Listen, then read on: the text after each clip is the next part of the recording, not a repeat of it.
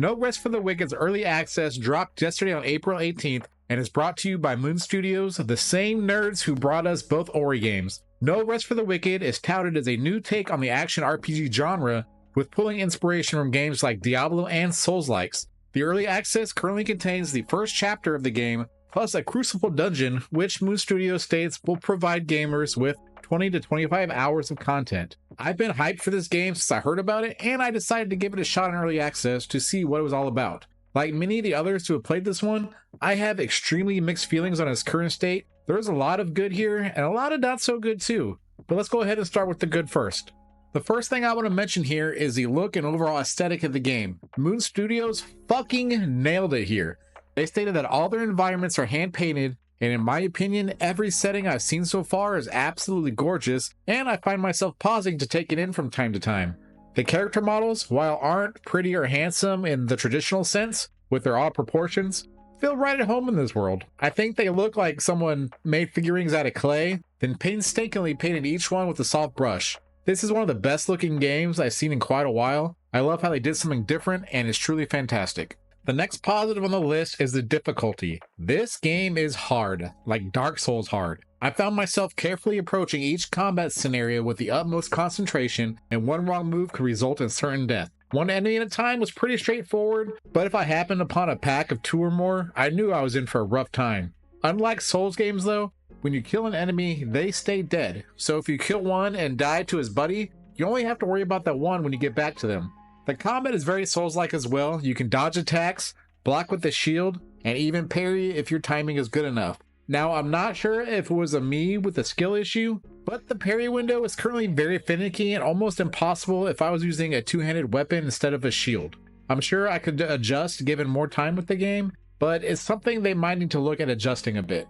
Additionally, with the combat, whatever weapon you have equipped pretty much determines your class. The first weapon I found was a staff with a fireball spell. Later on, I switched to a hammer and shield and leveled my skills more aligned with something like a paladin. I look forward to further experimenting with builds with time. I sincerely hope they leave the difficulty where it is.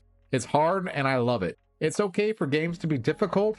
As long as the mechanics are fair, I'm all for it. The final thing I want to touch on here is level design. If you're a fan of games that encourage exploration, you're going to really find a lot to enjoy here. I was constantly finding little hidden nooks with treasure chests and loots along the way, along with alternate paths that led to resource nodes or new enemies, or sometimes just a neat view or a shortcut. I'm eager to continue exploring this world, and I can't wait for them to release more of the game. Now let's get to the bad.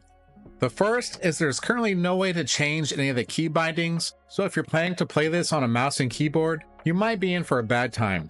I personally have been playing on an Xbox controller, which feels pretty fantastic, but I know there's a lot of people out there who do play on mouse and keyboard, so I wanted to touch on that. The next thing is item durability. Every time you die, your gear breaks, and honestly, it kinda sucks because you're gonna die a lot in this game. Having to constantly worry about repairing gear gets old pretty quick, and I hope they look into other means of a death penalty, because there does need to be one, but I don't feel like durability is the right answer for a game like this.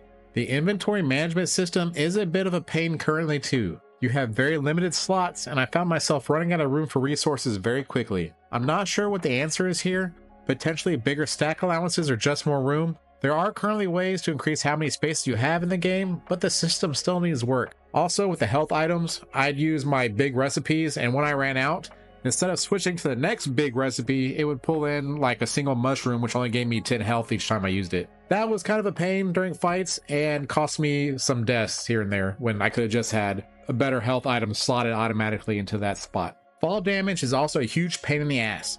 It feels like you can fall from standing upon a couple of crates and lose over half your health.